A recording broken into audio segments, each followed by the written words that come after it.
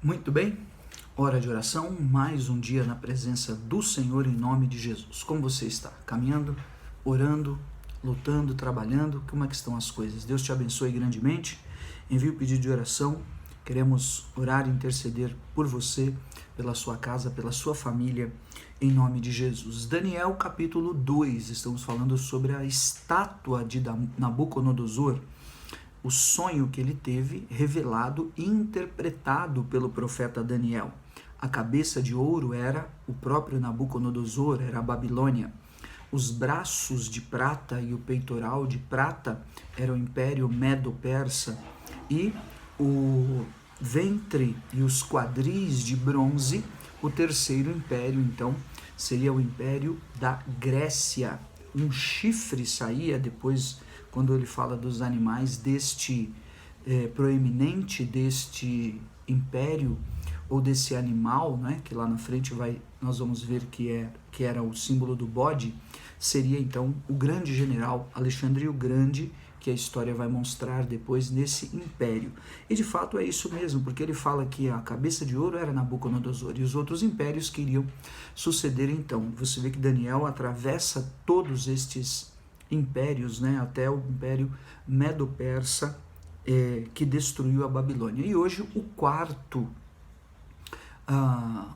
império, ou a quarta parte da visão, da revelação de Daniel, do sonho de Faraó.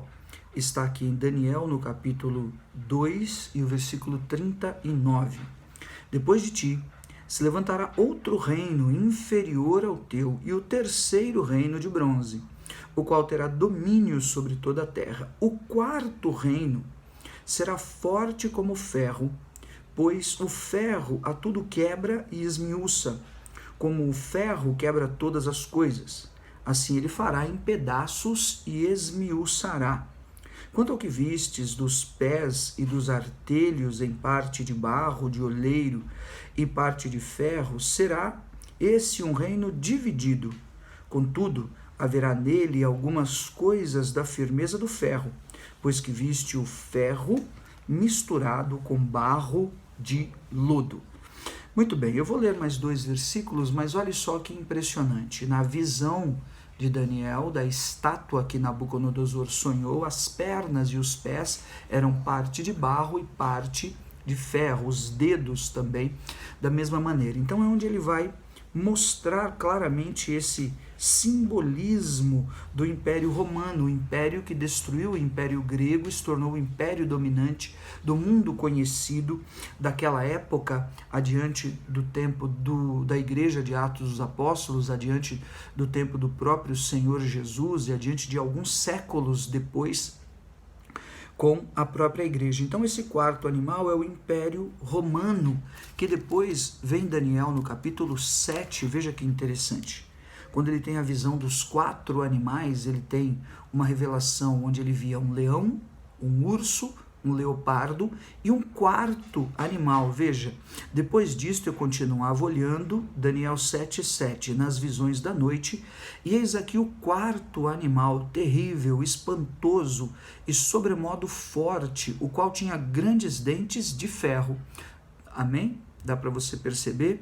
Ele devorava e fazia em pedaços o ferro que esmiuçava, que ele viu lá atrás, e pisava aos pés o que sobejava. Era diferente de todos os animais que apareceram antes dele e tinha 10 chifres.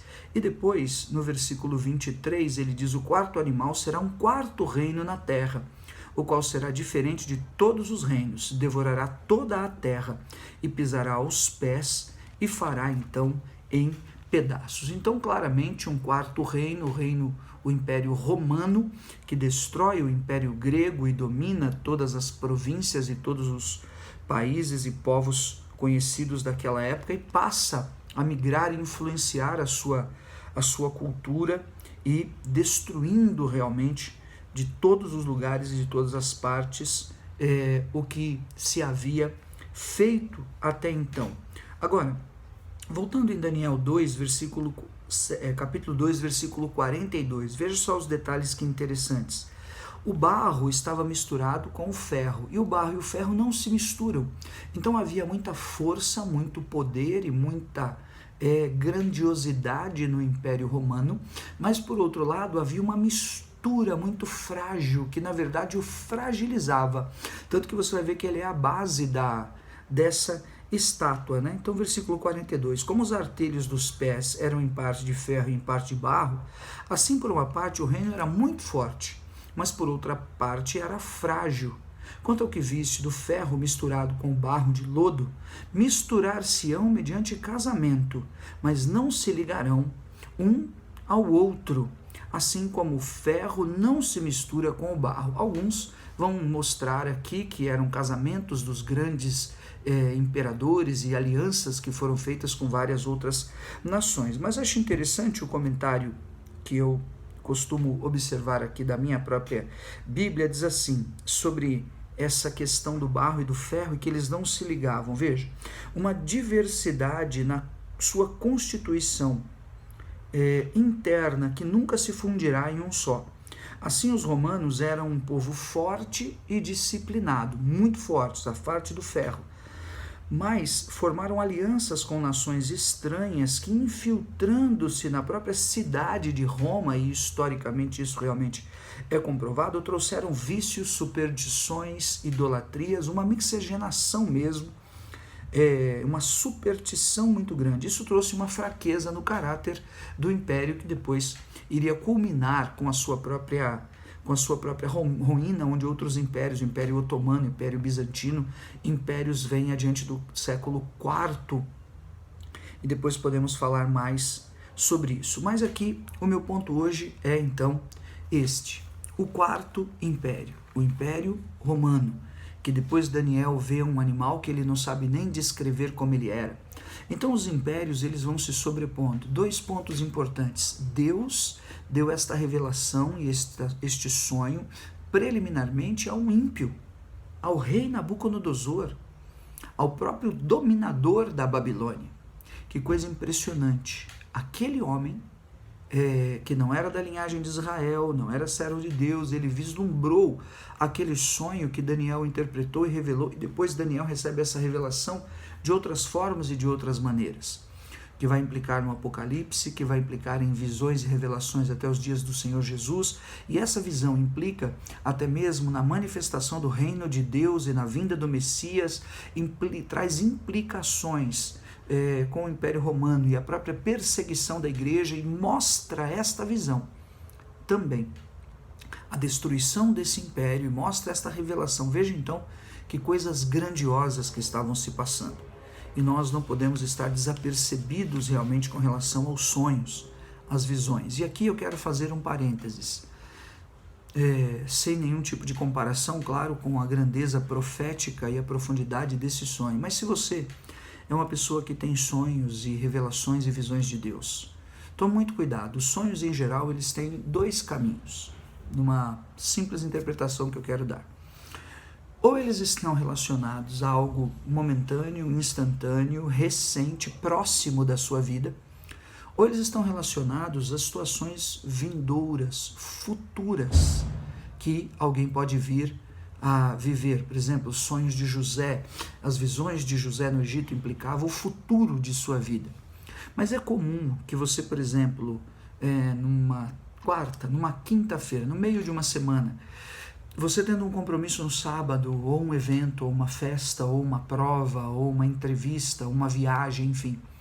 É muito comum que as pessoas sonhem, que você tenha um sonho.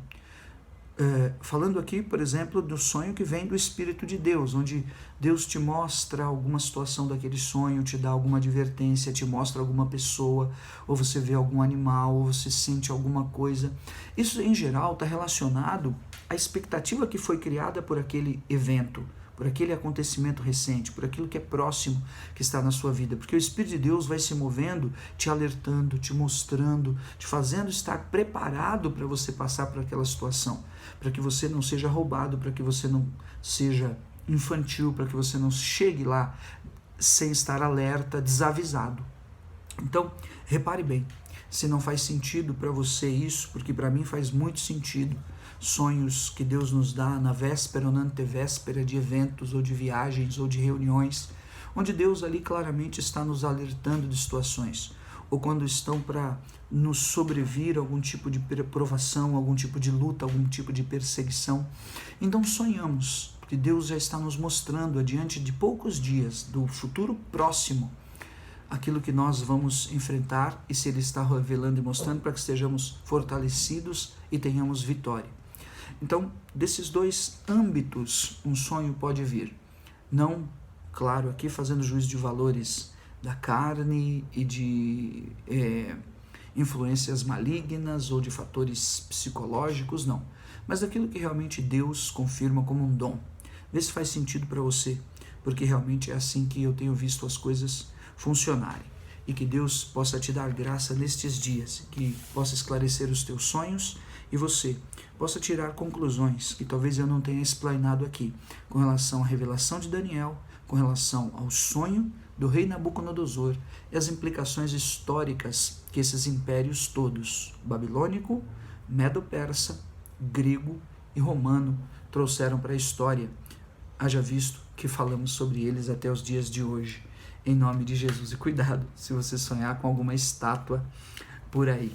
Vamos orar. Pai de amor, dá-nos graça, discernimento e sabedoria da Tua palavra, para que possamos compreender, Senhor, nesta visão, nesta revelação do profeta Daniel, que por mais intenso, por mais forte e poderoso que sejam as obras do diabo, como era o Império Romano, com a força do ferro que esmiuçava, que destruía, que ameaçava, que tinha no braço de suas legiões o seu poder, e os seus generais, os chifres daquele animal que Daniel viu.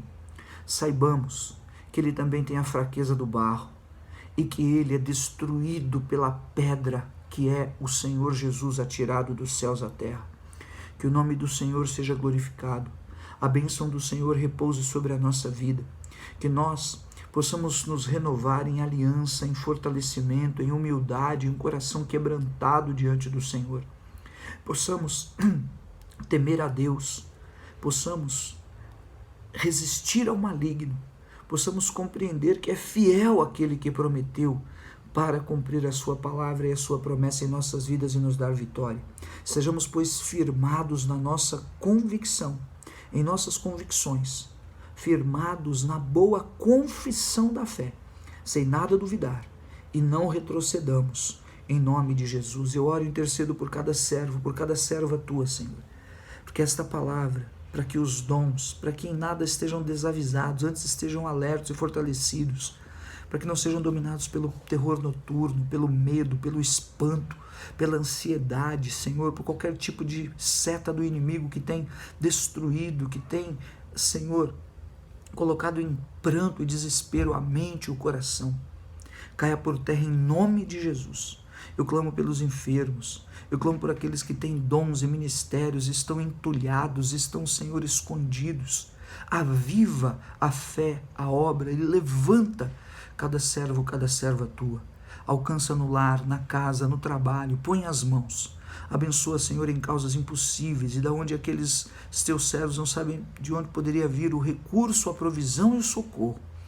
Tu és Deus de milagre e de misericórdia, que pode dar graça, que pode fazer sobejar, que pode trazer conexões sobrenaturais, que pode livrar Daniel na Babilônia, pode fazê-lo prosperar diante dos impérios e diante dos seus grandes líderes, porque sobre ele havia um espírito excelente. Compartilha e reparte, e nos dá desta porção, te pedimos e te agradecemos, em nome de Jesus. Amém. Glória a Deus. Fica com Deus.